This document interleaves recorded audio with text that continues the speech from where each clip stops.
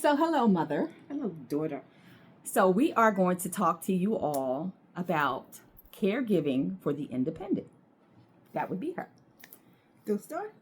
My mother is very independent. However, she has designated me as her caregiver for times when she is not at her best health wise.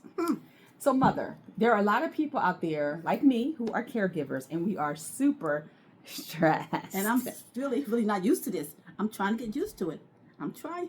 Oh, okay. I was just gonna wrap my loving hands around I'm doing you. my best, but sometimes it's kind of difficult to have people tell you what to do when you're used to doing what you want to do. That is true. That's why this is called caregiving for the independent. That would be her. Now, what about people like me who are caregivers, wonderful caregivers, I might add. Overbearing caregivers. We can edit that part out.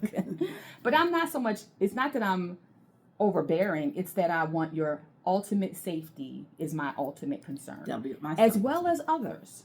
So this is the topic of today is driving. So we want to hear from you all below. What do you do when you have an independent person who you as the caregiver, they don't believe that you should be driving anymore? That's your opinion. Well, it's not really if the doctor said it, as well as you know. Okay, but anyway, what's your voice? Because we all hear from the caregivers all the time, but rarely do we get to hear from the caregivee. Well, I'm used to being a caregiver because I've been a caregiver for a while. So I know these things. Now I'm on the other side, and it's not comfortable when people try to tell you what to do. So what would you tell somebody like a caregiver that you want your independence, you want your voice? What do we need to know? Calm down. Listen to us more, please. And I'm just talking about me. I'm talking about listen to us because we have not given up all that we have, all that we know. We still have an opinion. And we might not be as well as we were before, but we're going to get back, most of us. So sometimes we just need y'all to really listen to us.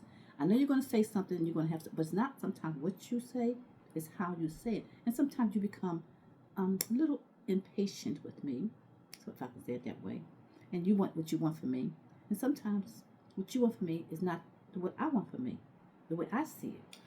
But what, okay, and I hear you. Thank you. I received that. Thank you. Right? But what about the driving? Because I know I'm in a couple of groups, and the biggest concern, people are like, my mom or my dad, they don't want to give up their car keys, and I really don't think that they should be driving. So tell us what we can do to support the need, because there's a need for some of you to not drive again or ever again in life. And I know that's a hard pill to swallow. I don't know about that. There are people you will admit that don't need to drive. I don't have met them yet. I'm saying that. You've never met anybody when you were caregiving that needed to give up their car? No, they'll be giving them up when I got to them. Okay. Their parents, or Okay. I'm sorry, their parents. But what about the people who, if you can imagine, like yourself maybe? No. Anyway, as I was going to say, I have a neighbor, very nice lady. She's a Capricorn, if that makes any sense. But anyway, go ahead. Y'all are very stubborn, but go ahead. It's not stubborn. It's my opinion, and it's what I want, and I want what I want. See, whether, right there. Whether it be a bagel, see, or whatever. See? I want what I want. Anyway, as I was saying, I'm so. Excuse me. Yes. So anyway, a lady in my building here, very nice young lady, very nice. Her daughters have decided, after all the time she's been driving, that she doesn't need to drive anymore. I wonder why. That's their opinion. Anyway, they talked her in, bullied her in, I should say that much, and had her crying. So she gave up her car. But what about the need? So for example, let's just say there, hypothetically, there was a person who was declining mentally, cognitively. Well, she's not. I'm not saying her, just hypothetically. Maybe she is. And you know as the caregiver that they just shouldn't be driving because of little things you see. Wouldn't the ultimate concern be for the people that are on the highway, the streets, the little kids on the school bus, they go round and round? You know, you wouldn't want them to be hurt. Of course not. That's not the situation. So what's an easier way, help us out, with both of us having a little bit of what we want and need? Like, I personally believe, backed by the doctors, backed by the DMV, well, they haven't believe that, you know, example, you shouldn't drive. You want your car back. You're ready to go. You're ready to drive. He has not said that. He kind of did. I don't care what he says. Okay. He's only a doctor. Oh, okay. Only a professional Anyway, neurologist. Whatever.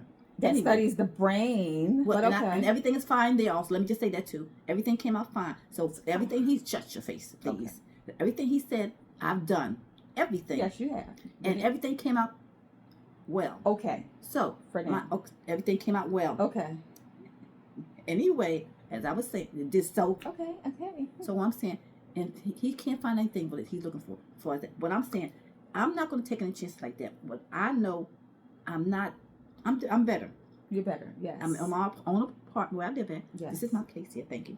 They can't really see anything. You can see them. I was a picture on the wall. Anyway, as I was saying, I cook my own food. I do everything I can. And you hold your own hand. I do hold my own hand. Sometimes I let her hold my hand, but that's not the point. But okay. So I'm saying until they say, okay, no, or do I really believe that I cannot?